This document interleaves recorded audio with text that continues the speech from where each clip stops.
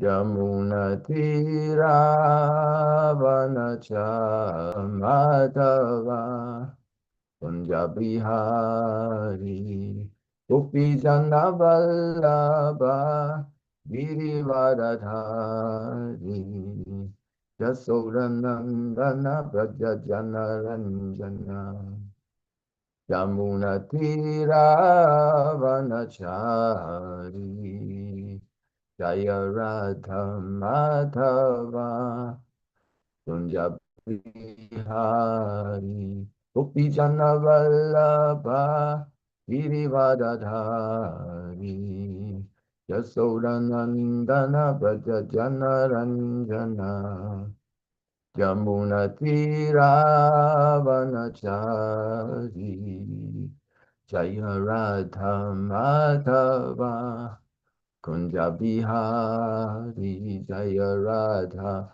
Madhava Kunja Bihari. Jam Prabhupada Paramhamsa.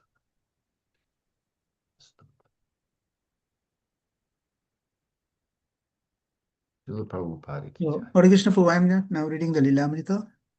Please. With your permission.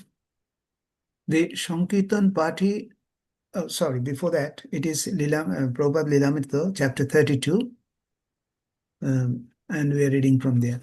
The Sankirtan Party was getting a good response. Shaven-headed Westerners wearing shikhas, Vaishnava tilak, and saffron robes, playing kortalas and mridangas, chanting Hare Krishna with heart and soul, quoting Sanskrit verses from Bhagavad Gita, affirming Lord Krishna to be the Supreme Personality of Godhead. For the Bengalis, this was sensational, and hundreds would gather to watch. Prabhupada knew the great appeal his disciple would have. Everyone want to see them. He therefore affectionately called them dancing white elephants. The same devotees who had grown to love chanting Hare Krishna in the streets of San Francisco, Los Angeles, and New York were now going into an exhausting heat never encountered in America and chanting on Dalhousie Square for several hours daily. Crowds would press in closely, sometimes teasing, laughing, scoffing, but more often looking on with deep amazement. Prabhupada's idea was that even when Indians saw young Western people adopting principles of Krishna consciousness in the faith of Indians in their own culture would increase. Prabhupada explained to his disciples how formally, during the time of Maharaja Yudhishthira, India had been a Krishna conscious state. For the last 1,000 years, however, India had been under foreign subjugation, first under Mughals and then under British. As a result, the intelligentsia and, to a lesser degree, the masses of India had lost respect for their own culture. They were now pursuing the materialistic goal of the West, and they saw this as more productive and more practical than religion, which was only sentimental. Westerners living as renounced Vaishnavas could, as Prabhupada was well aware, turn the heads and hearts of the Indians and help them regain faith in their own lost culture. It was not a material tactic, however, but a spiritual strength. Prabhupada stressed that the devotees must be pure in their actions. This purity would be their force. Hare Krishna. Jai. Srila Prabhupada ki jai. So it's amazing to hear the Lilamrita. How Srila Prabhupada called us his dancing white elephants. And it was not a materialistic idea that he would influence the Indian people to retake the culture. And we even see that today now. India is advancing in so many ways in the material platform also. So let's hope it's the time for Srila Prabhupada's prediction that the East and West would combine together so that they could have the best. We always want the best of both worlds. So let's see. Let's go for Krishna. And if the rest of the material things come into line, then good and well. And if they don't, then Haribo, what can we do? But it would seem that at this time there's a great opportunity for that. and the qualities of the Bharatvasis, the persons born in India, can shine through because by uh, natural arrangement of Krishna, then people are born in Bharat because they're very pious and they're ready to make progress further in spiritual life. So let's see what the future brings. So this morning, then, we're going to go to the Srimad Bhagavatam, 5th canto, chapter 10, text 21, continuing Maharaj Rahugana meets Jada Bharat. Om Namo Bhagavate Vasudevaya. Om Namo Bhagavate Vasudevaya. Om Namo Bhagavate Vasudevaya. Text number 21. Drishta Shrama Karmata Atmanovai Bhartur Gantur Bhavatas Shanu Manye Yata Shato Dhanaya Nadaya Bhavat Shumula Ishto Vyavahara Marga. Srila Prabhupada's translation and purport. Translation: You have said, I am not fatigued from labor. Although the soul is different from the body, there is fatigue because of bodily labor, and it appears to be the fatigue of the soul. When you are carrying the palanquin, there is certainly labor for the soul. This is my conjecture. You have also said that the external behavior exhibited between the master and the servant is not factual, but although in the phenomenal world it is not factual, the products of the phenomenal world can actually affect things. That is visible and experienced. As such, even though material activities are impermanent, they cannot be said to be untrue. Srila Prabhupada's purport. This is a discussion on impersonal Mayavad philosophy and the practical philosophy of Vaishnavas. The Mayavad philosophy explains this phenomenal world to be false, but Vaishnava philosophers do not agree. They know that the phenomenal world is a temporary manifestation, but it is not false. A dream that we see at night is certainly false, but a horrible dream certainly affects the person seeing it.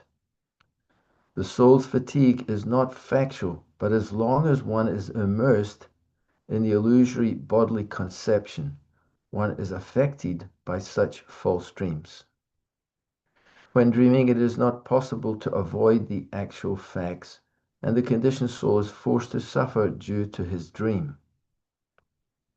A water pot is made of earth and is temporary. Actually, there is no water pot, there is simply earth. However, as long as the water pot can contain water, we can use it in that way. It can be said to be it cannot be said to be absolutely false. Om Timirandasya Gyananjana Salakaya Chakshurun Militam Jena Tasmai Sri Grave Namaha. I was born in the darkest of ignorance, and my spiritual master has forced me to open my eyes with the torchlight of transcendental knowledge. Offer my humble obeisances unto his lotus feet. Srila Prabhupada's translation once more. You have said, I am not fatigued from labor. Although the soul is different from the body, there is fatigue because of bodily labor, and it appears to be the fatigue of the soul. When you are carrying the palanquin, there is certainly labor for the soul. This is my conjecture. You have also said that the external behavior exhibited between the master and the servant is not factual, but although in the phenomenal world it is not factual, the products of the phenomenal world can actually affect things. That is visible and experienced. As such, even though material activities are impermanent, they cannot be said to be untrue. Om Ganatimirandasya Gananjana Salakaya Chakshurun Militam Yena Tasmai Sri Gurave Namaha. I was born in the darkest of ignorance. My spiritual master is forcing me to open my eyes with the torchlight of transcendental knowledge of my humble obeisances unto his lotus feet. So Srila Prabhupada begins the purport by saying this is a discussion on impersonal Mayavad philosophy and the practical philosophy of Vaishnavas. And first of all, he explains that the Jaga, everything is Maya. The Mayavad philosopher is explaining that everything is false in the material world. But the Vaishnava philosophers don't agree. They know that the phenomenal world is temporary manifestation, but it is not false. So it's reminds me of the fourth canto of Bhagavatam, where Devahuti Mataji is making that presentation to Kapila Dev that the sorry, I'm just getting a little sun through there. That's going to go away hopefully in a sec. That the living entity's engagement in matter is so perfectly created that it's very, very difficult for him to understand how he has come here and how he can leave this conditioned existence. Those who are on this path are sometimes seen to be madmen, like we're hearing about Jada Bharat, and he's being accused of being a crazy fellow.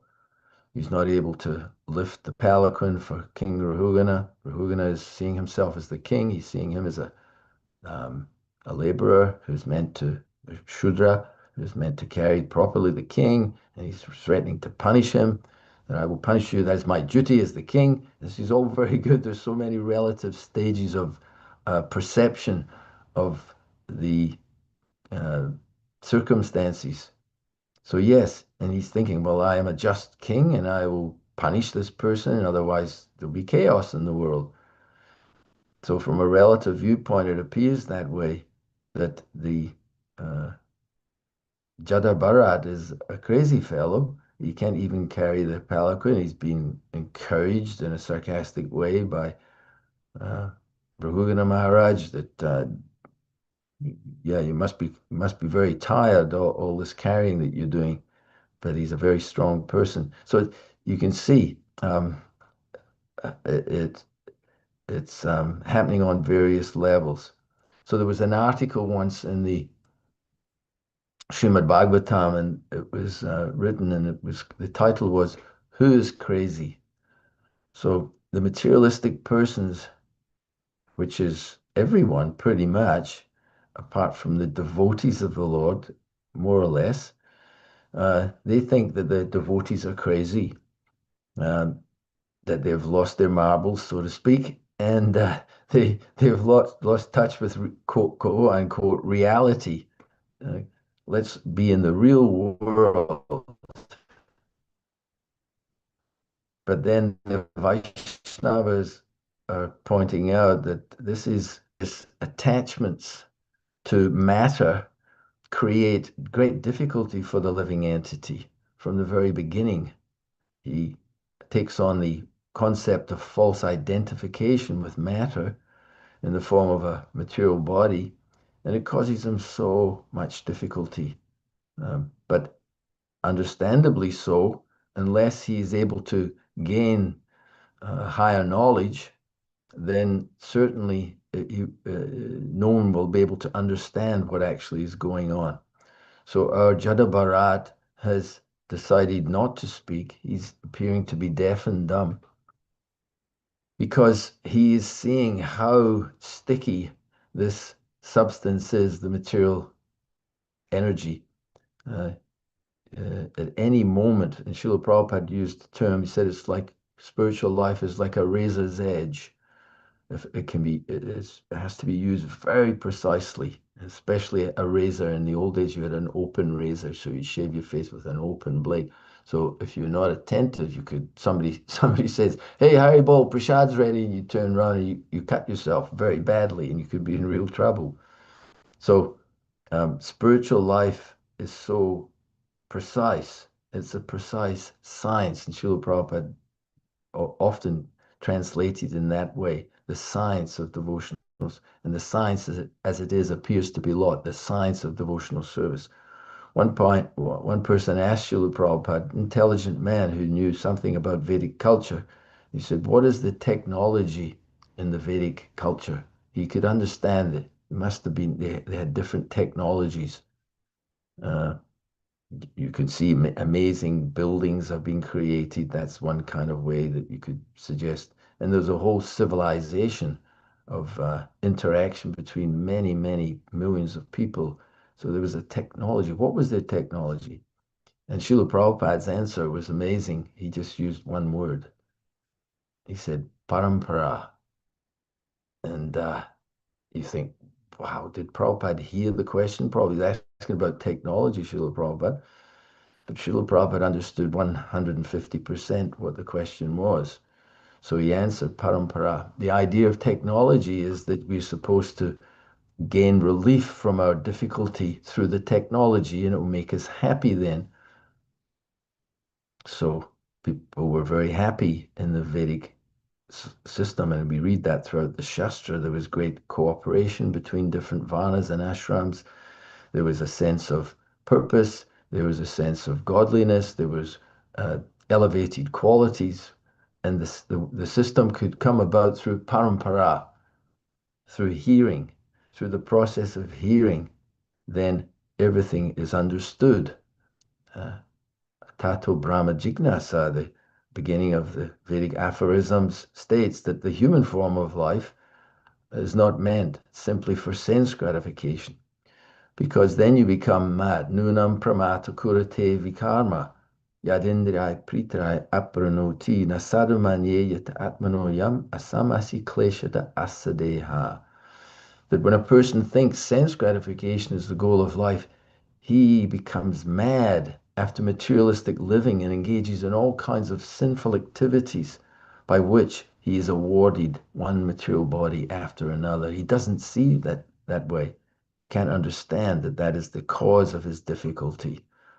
So he becomes mad. So that's the way of the world. We have a choice to become mad after sense gratification and materialistic living and thinking in a madman's way that I can achieve my goal. What is the goal? Happiness forever.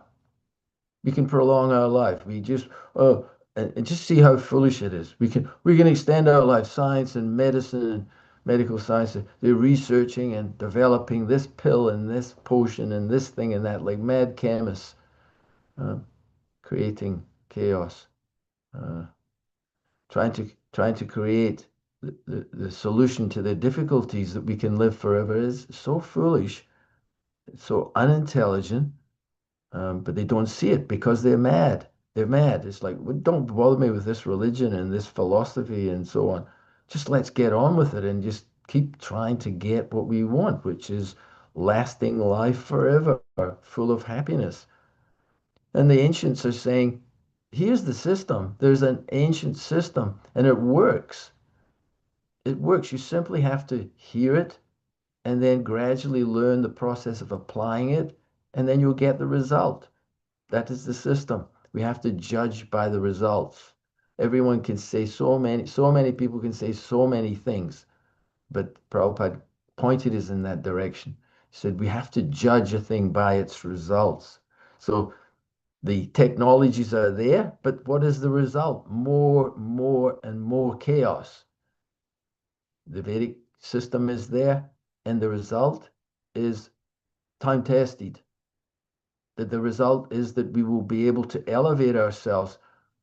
Hello, guys. There's something called the three modes of material nature. Did you know that? The mad people in materialistic life have no idea that they are being controlled by sattva, maybe, or not, rajas and tamas. There's modes of nature which are dictating your actions according to your association with them. So give up association with ignorance and passion and come to goodness. Not possible. This is the philosophy of the Bhagavatam. The Bhagavatam is not a conventional religious process. Dharma projita kaita vatra. At the very beginning of the Bhagavatam, it says this Srimad Bhagavatam rejects all materially motivated religious processes. Conventional religion is basically approaching God. God our Father, please give us this daily bread. Please make my children successful at school. Let them not suffer. Let them become educated, and so on and so on. This is conventional religion, materialistically motivated. God is seen at best as an order supplier, at best. So Bhagavatam is a different message. The message is don't worry about trying to improve your situation, whether it be to live long in this body or if you're more pious to want, and that's great. That's another aspect that we have to see, we have to be trained in, that you can go for that, or you could develop your consciousness more and realize that there's different stratas in the material creation. You can actually live a very pious life and go to higher planets. And that was the system. That was the system. People were following Dharma to make economic development and elevate the consciousness. That's a whole big subject. Uh, so the Bhagavatam is saying don't worry about this conventional dharma, artha, kama, and moksha, but go beyond that.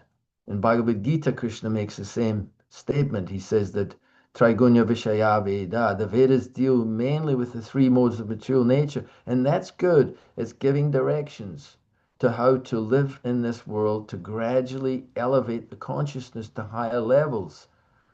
But he advises Arjuna that you should go beyond these modes of material nature and become established in the self. Oh, that sounds interesting. Established in the self. Yes, the self is not the body. The body is destined to become ashes. It's destined to become the stool eaten by different creatures and so on in the earth, or burnt to ashes. That's the destination of the body. You cannot maintain it endlessly. Hmm. So this is the Bhagavatam. It's penetrating, it is giving the information. And the beginning is not able to be understood. While we're in tamas and rajas, when we're in passionate ignorance, it's not able to be understood. Therefore, Srila Prabhupada's program, chant Hare Krishna and take prasadam. Why? Because that will give you direct association with the Supreme Personality of Godhead, who is all pure. Huh? Krishna Vanam Tushar Krishnam Sangopangasha Parshatam Yagnai Sankirtina Yajantihi Sumedasa. By the chanting of Hare Krishna, we come directly in contact with the completely pure name of the Lord, the absolute name of the Lord. When we take Krishna Prashadam, we come in contact with the pure substance of Krishna Prashadam, and it will purify. So that was the program. That still is the program. Chanting Hare Krishna and taking Krishna Prashadam. That association will Krishnaize us. Just like when we place an iron rod into fire, we find that the qualities of fire are assimilated by the iron rod. It becomes just like fire. Similarly, when we're able to connect to Krishna. Now, how do we do that? That is the process that we're discussing, to come in contact with Krishna so that we can become purified and elevate the consciousness so that we will be able to understand the words of the Srimad Bhagavatam and the Bhagavad Gita. It's very practical. In the ninth chapter Bhagavad Gita, Rajavija Rajaguyam Pavitram Idam Uttamam Pratyakshava Gamam Dharmyam Susukam Kartamavyam. This knowledge is the highest knowledge. It is the perfection of religion. It is everlasting and joyfully performed. It, it, this is the potency of the Srimad Bhagavatam and the potency of the Supreme Personality of Godhead. So we suggest that it's not the devotees that are crazy, but Bhagavatam saying when we're thinking in bodily concept of life, whether we were a king like Rahugana Maharaj thinking, oh, I'm the king. I have to chastise those people that don't obey me because I am the king, a representative of God.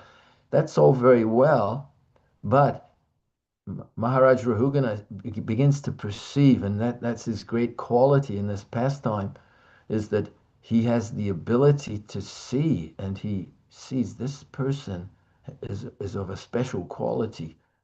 He is I'm hearing from him amazing things, which I'm shocked to hear, but it's moving my soul to the point where I'm realizing that this person, Jadda Bharat, he's possessing divine knowledge and understanding, and he's trying to understand by giving. It says here, this is my conjecture. This is my conjecture. So he's trying to understand, and he's giving discussion. He's discussing with uh, Rahugana Maharaj that.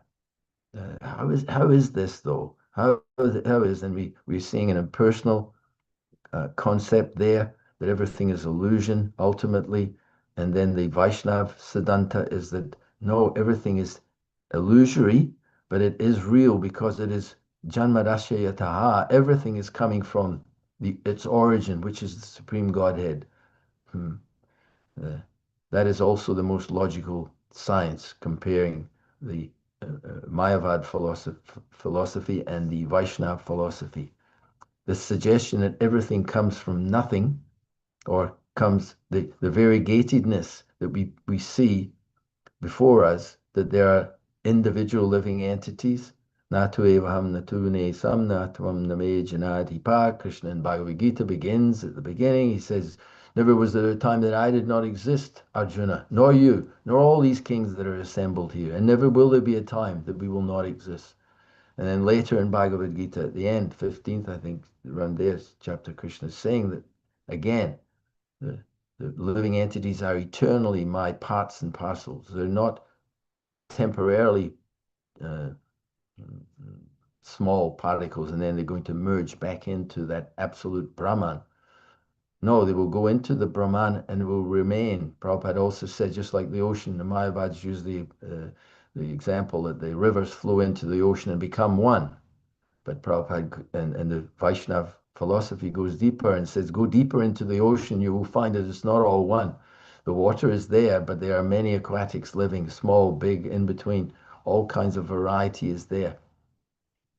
So we will understand Brahman, Paramatman, Bhagavan, but we understand from Bhagavan himself, he's saying that we are eternally, we are the Tatashta Shakti, we are the small parts and parcels of the Lord, simultaneously one with God and separate from God. That is the beauty of it, because then the living entities are like children. They are meant to serve the parents. They are meant to bring pleasure to the parents. Believe it or not, folks, Kali Yuga, it's hard to see that, but it's natural. We were at devotee's home last night, and little baby was there, and the concept is there that we like that, and I'm sure everyone will agree that there's nothing happier day than when the little baby comes along and somebody says, "Oh, he just looks like his father," or "He looks just like his mother," or "He looks just like both of you," and so on. We want to. This is we want to see that, and the mood is there of love. The idea is that I will protect this child because it's so natural to give affection to a child, and we want the child to grow up and listen to what we say, and then the trouble begins. Because why? Because we're in the mature world, and our desires as parents are not perfect, and neither is the desires of all the little living entities that are taking their birth. Uh, so there's a bit of work to do to purify our own consciousness and fill it with love, and then be able to then pass on that loving quality to our children, and therefore produce good progeny.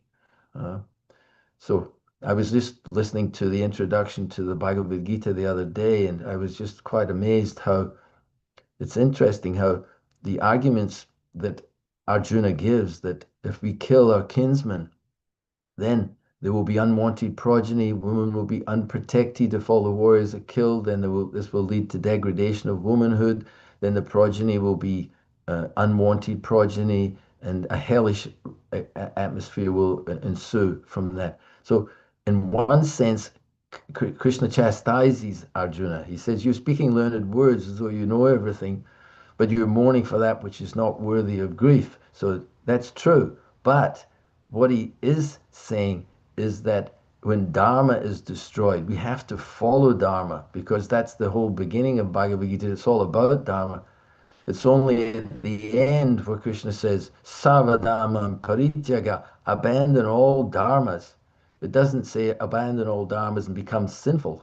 It says go beyond the dharma of a Kshatriya, Vaishya, and all these different designations and come to the platform of surrendering fully to me. That will take you beyond the three modes of material nature. This will take you beyond Kali Yuga, all the different yugas. It will take you back home, back to your real abode, to your real home. So, uh, this way of life is not Indian, it's not Hindu, it's not Christian, it's not Buddhist, it's called Sanatan Dharma, and it is scientific. Thus, this knowledge is understood as scientific. It can be scientific, basically means that you can perform an experiment. You have a hypothesis, you perform the experiment, and then your thesis is presented as being corroborated from experiment. Mm. So we are inviting people to take this up, that they experiment and see if you take up this process of chanting Hare Krishna, Krishna Krishna, Hare Hare, Hare Rama, Rama Rama, Hare Hare, and you take Krishna Prasadam and stop eating all kinds of obnoxious things. I hardly can, I occasionally think, occasionally, but I think that people are eating so many terrible, terrible things and how their health, it's hard enough being a vegetarian and eating very carefully the different prescribed foodstuffs, sattvagun foods, to maintain one's health. But how to maintain it when you're eating dead animals and corpses and it must be so, so difficult. Um, anyway, that's another whole subject. Um, so people, we are thinking people are crazy. They're doing the same thing. Puna punas charvata charvananam. Adanta gobir vishatam tamishram. Uh, Prahlad Maharaj is explaining that the inclination towards Krishna cannot be aroused by hearing from others, by their own efforts, or a combination of both. Uh, and they continue in materialistic life, chewing that which has already been chewed.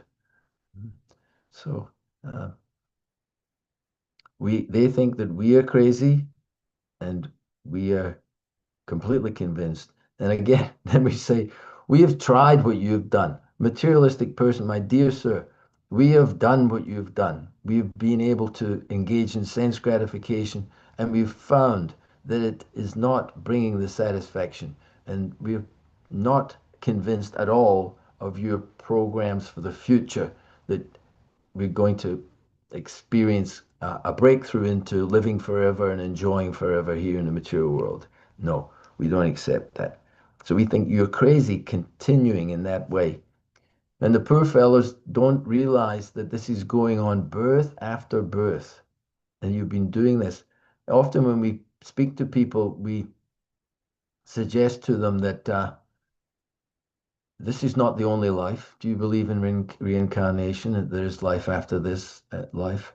And maybe explain a little bit that Krishna is saying, Dehinosmin yata dehi, from childhood to youth to old age, the soul is passing through these different stages, and at death, he will pass into another body like that. It's very, very easy to understand, very simple thing.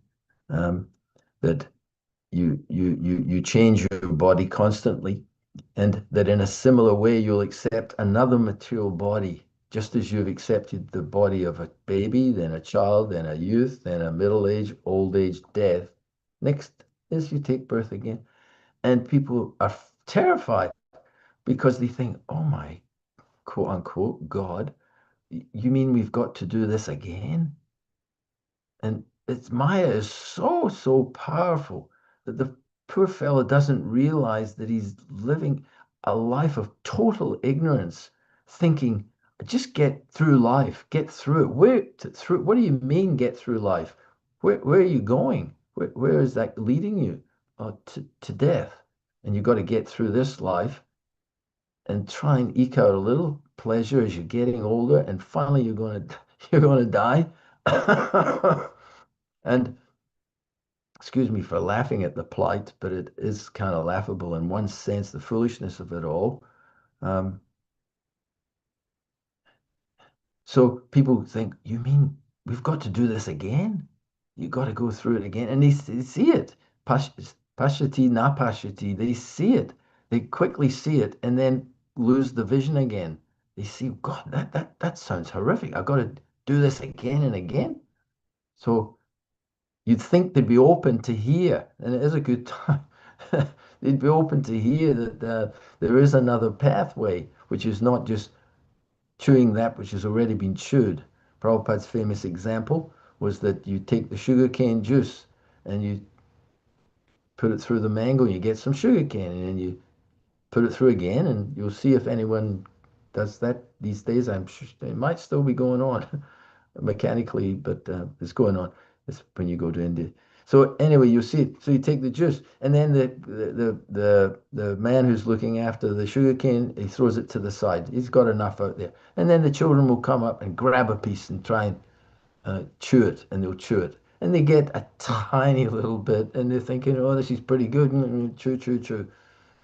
But they're only kids, and fair enough, they don't need to pay for it, or they usually grab it and run, and they're chewing that which has already been chewed. There's not much juice there. So that is the foolish attempt of material life. And we misidentified. Many examples were given like that. Due to the identification with matter, we suffer. Like the car example is good. Yeah. We hear a smash. If say we're at a program, we hear a smash outside. Oh my gosh, someone's smashed into someone's car. We're all in anxiety in the room. Is it my car? And then it's hopefully the good news is it's nobody's car in the room. It's I don't know. It's somebody else's car. The anxiety disappears. But if it was my car, then I'd be suffering like anything. So this is the way we misidentify. We identify with matter in various ways, and we suffer the results. Um, the process, I'll just finish in a few moments. If anyone has any reflections, we can maybe discuss a little bit, broaden the conversation. Um, but that very famous verse that I quote quite often, uh, Anarto Pashamam Shakshad. So such a lovely verse. Two parts of it. Anarto Pashamam Shakshad, Bhakti Yoga Adhoksaje. What's the second part of it?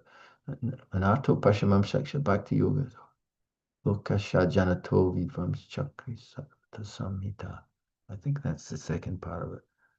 Um, the material miseries of the living entity, which are superfluous to him, can be directly mitigated by the linking process of devotional service. But the mass of people do not know this. Therefore, the great sage Vyas has compiled the Srimad Bhagavatam, which will give information of the connection with the Supreme Personality of Godhead. So this is the process. I hope I got that second part right. I mix it with it. There's another verse which is similar-ish, um, but you get the idea. Um, so this is available. Jada Bharat is chosen out of his causeless mercy.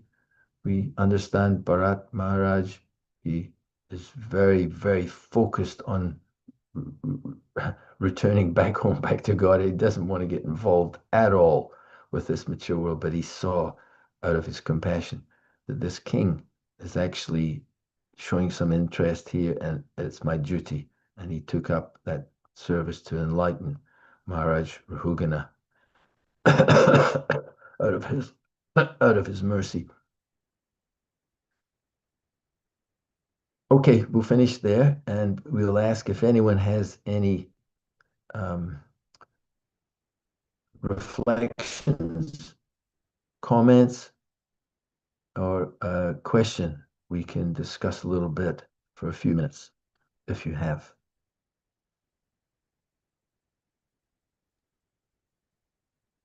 You can unmute and share. Hare Krishna, bro. Hare Krishna. This morning, cold morning. It's freezing, yeah. Hare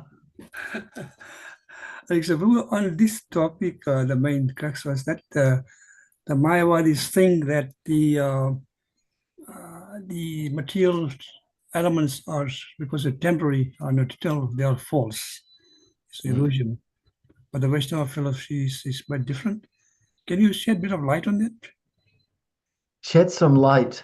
Tamasi Mai Jyotirgama, come to the light, come out of the darkness. Um, from any angle, particularly, Prabhu, are you thinking? Excuse me. It's quite a large subject matter, isn't it? Prabhupada just continually is fighting and fighting against the Mayavad. It's so Hammering them. oh, he's just hammering. You got to because they just keep popping up. They don't stop. Um, but one little angle it comes up to me, and I think I may have mentioned a little in earlier there, that we have to look at what we are experiencing here in this world, and we're experiencing unlimited varieties. There's variety everywhere in every aspect, and there's emotion, there's everything. There's all the aspects of the material manifestation. Now, the the Vaishnav Siddhanta is that yes, because all that you see here has its origin in the spiritual world where there is variety, interaction, loving exchange, unlimited bliss that you're searching for here in the material world, etc. But due to the contamination of the living entity's consciousness, he wants to enjoy separately from the Lord. That's another whole subject matter again. But he, he the fact it to suggest that all this in the Mayavadis will say, yes, this is all Maya. Maya means personalism. It means just like the Buddhists, they're also the same. They say, well, Nirvisesha Sunyavadi. So they say Sunya, that yes, this is the problem. All this personality is the problem. And we agree, yes, it is the problem. Why? Because it's false personality. It's all temporary, illusory concepts to try and fulfill the desire of the living entity. But it's not that when you give up that you're left with zero or merging, but you you will go back to the place where everything has its origin. Instead of lust, you'll have love. Instead of a material body, you'll have spiritual body. Instead of everlasting bliss, instead of temporary fleeting drops of sugarcane juice, if you're lucky, then you'll have exactly what you want. You'll have that unending blissful rasa with all the other pure souls and the supreme soul, Krishna, the supreme Bhagavan, Sri Krishna, and unlimited spiritual planets in the form of Vishnu and the Goloka Vrindavan, the internal pastimes with Krishna and his internal family. Very attractive, very attractive. So we're not interested, actually. Prabhupada was not interested at all in the Mayavad philosophy, but he knew that they are very interested in um, pounding on the poor conditioned souls. The poor conditioned souls, they think, yes, if I can get relief from the suffering, then that will be good. But um, that is only an interim state to become relieved from the suffering. You want anandamaya. You want unlimited bliss. That's actually what you want. A temporary relief from material suffering is not what we want. Lord Rishabhadev told his sons that also. Nayam deho deha bhajamri loke kastan kaman ahutam vidbhujamri tapodevyam putraka yena satvam sudyad yasmad brahma sokyam tvanantam. Brahma sokyam, spiritual happiness which continues forever. This is the Vaishnav offer, the offer of the Vaishnavas.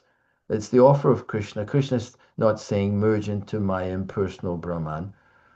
Brahman, Paramatma, and Bhagavan. Three features. And it's all inclusive. We are all one. We turn it round. We are all about one. We accept that there's impersonal Brahman. We accept that there's Paramatma, localized. And we accept that there's Bhagavan. They're all one and different at the same time. Now, the Mayavads are not all one. They don't accept that there's a supreme personality of Godhead and the localized Paramatma in the ultimate issue. They think that all dissolves and it all becomes not one. I'm trying to, yeah. They don't accept. So we are more accepting. We are all into the oneness. Yes, the one is there, but it's known in three features as Brahman, Paramatma, and Bhagavan. And Bhagavan is the most wonderful, wonderful thing because in the spiritual world, there's the Supreme Lord is fully present in all his opulence. So anyway, I don't want to rant on here.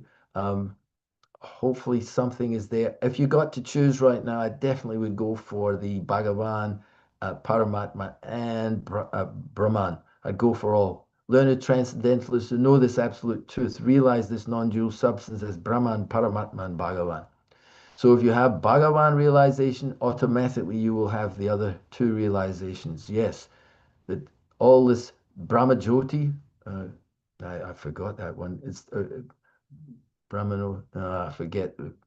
I am the original source of the Brahman effulgence, Krishna says in Bhagavad Gita. Brahmano hi pratishtaham. And I'm situated in everyone's heart, Krishna says. I'm directing the wanderings of all living entities. That is actually the yogi's meditation. It's not some bogus meditation on the tip of your nose only, but it goes beyond the tip of your nose to the lotus feet. We heard that in Bhagavatam also. Goes to the lotus feet of the Lord. All the different parts of the body of the Supreme Lord, all the way up to his beautiful smiling face. And the most beautiful, what's that? There's the nice one in Chaitanya Charitamrita. Smile. The most Krishna's body is a city of attractive features that are sweeter than sweet. Krishna's face, which is like a full moon, is sweeter still. And the beautiful smile in that moonlight face is the sweetest feature of all. Krishna's smile is like a full moon that spreads its rays throughout the three worlds. Thus, Krishna's shining beauty spreads in all directions. But to speak of his smile, his toenails even. But so we're sold out. Nanavraj Prabhu, and we actually sold out. We actually just like the gopis. We were talking about this the other day that the gopis were searching for Krishna when Krishna left the rasa dance, and he were searching. So Krishna thought he would cover himself as Narayan. So the gopis saw they were not so interested. And I said, "Have you seen Krishna? We're looking for Krishna." That was their request. They were asking like that. So we're just we have to pinch ourselves. It's so unbelievable the opportunity that we've been given by His Divine Grace Srila Prabhupada on behalf of the Parampara and Lord Chaitanya Mahaprabhu that we are able to be being invited to the family, the internal family of Krishna. Wow, it's inconceivable, and we are absolutely not qualified whatsoever. But we have to get our act together as best we possibly can. Krishna, if we've got sincerity, Krishna will help us. He says he preserves what we have. It might only be 1%, but if we can only take whatever we have, whether it's 1 or 20 or 3 or whatever the figure is of sincerity that we have, Krishna will see it, and he will help us to increase it, and he'll carry what we have, and he'll carry what we lack. He'll preserve what we have. So we want to stay with Krishna. Thank you so much, Prabhu, for elaborating this point. Thanks so much. We still got a few minutes. Anybody have any reflection before we close? Hare Krishna Prabhu, Dandavad Pranam Avacharya. Abhaichara. Yes, Prabhu. Thank you very much, Prabhu. Very nice class. Particularly at the beginning, you have brought about the difference between the material dharma and the dharma told in the Bhagavatam, dharma projita koitavo. That means It's a it is it's a great completely point, free. isn't it? Sorry. I heard it recently, and I thought, that's. Sorry, carry on, Prabhu. Yeah, very, very nice. The difference. I mean, it is speaking of the highest religion and not this material religion contaminated by, I mean, people normally in a material world, everybody is looking for prosperity and Yes. happiness. But Yeah. what Bhagavatam tells us is not this material and material happiness, which is transient. It is now it is there, and the next moment it is not there. And again, you do not know when it will come and when it will go. But what you it comes and goes. It Like, comes and definitely goes. and even particularly when we want to keep it, it goes at that time, and that becomes. The more we want to keep it, the quicker it goes, huh? But what the Bhagavatam speaks is about eternal. And it also, I think, in Bhagavad Gita also it says it in that 621 that Shukamoi Attantikam Yat Buddhigrayam Matindriyam Vetti Jat Chaivatsam Stita Chalati Tattat. And when one gets that, one never is attracted to this material happiness again, which is transient, but that is eternal. And that you have told, and in this way, we came across with the, I mean, Nandabaji Prabhu was telling about the Mayavadi philosophies. What they're talking about, I mean, something to me, a few things on this one. Um, they say that first thing is that they say that God, when God also comes to this, descent to this material world, he becomes covered by Maya. And Yes. that Prabhupada is told if God is covered by Maya, so what is the difference between us and the God? Wh- Why should God, why we should worship such a God who becomes subservient to Maya? That is the Yeah. first thing. And the other thing is told God's position is always And different from, and where is this Maya coming from then? yes, then Maya becomes superior than God. Yeah, and so where's it coming from? Yeah. It's like, wow, there's this power that's greater than all the incarnations of Godhead, and it just doesn't make any sense. Continue, Prabhu, continue. Thank you, Bu. And also, Lord has told that everything comes from Him. That means Maya also comes from Him. So He is the controller of Maya automatically. If Maya is everything, both spiritual and material, everything that comes, it comes from Him. So Maya comes from Him. Mm. So He is the controller, definitely. There is no, I mean, any reasonable person can has to admit it that if I have something comes within my possession, I am the controller of that, then I cannot be controlled by that thing. If I am creating something, that it Sounds cannot be logical. beyond me. So in a similar way, the Lord is above this Maya, and that is what Prabhupada. Another difficulty with the Mayavadis, Prabhupada is told, they have not tasted the beauty of devotional service, and they have only the Ah, neti neti thoughts of this is not God, this is not God, neti neti way they go. What they reaches the God, but they good do not point. know Yes, the qualities of the Lord, yes, beautiful qualities of which a devotee can enjoy. By serving him yeah. directly, we have told that we take prasadam, we associate with the Lord, and gets the bliss by associating with the Lord. Just as an iron rod, you have given the example. Iron rod, when it remains with the fire, it get its qualities. So our qualities also improves when we try to associate with the God, and that is the difference between our and Prabhupada has given his life, we must say, to spread to the whole world that this is the truth. I mean, that is much higher, superior.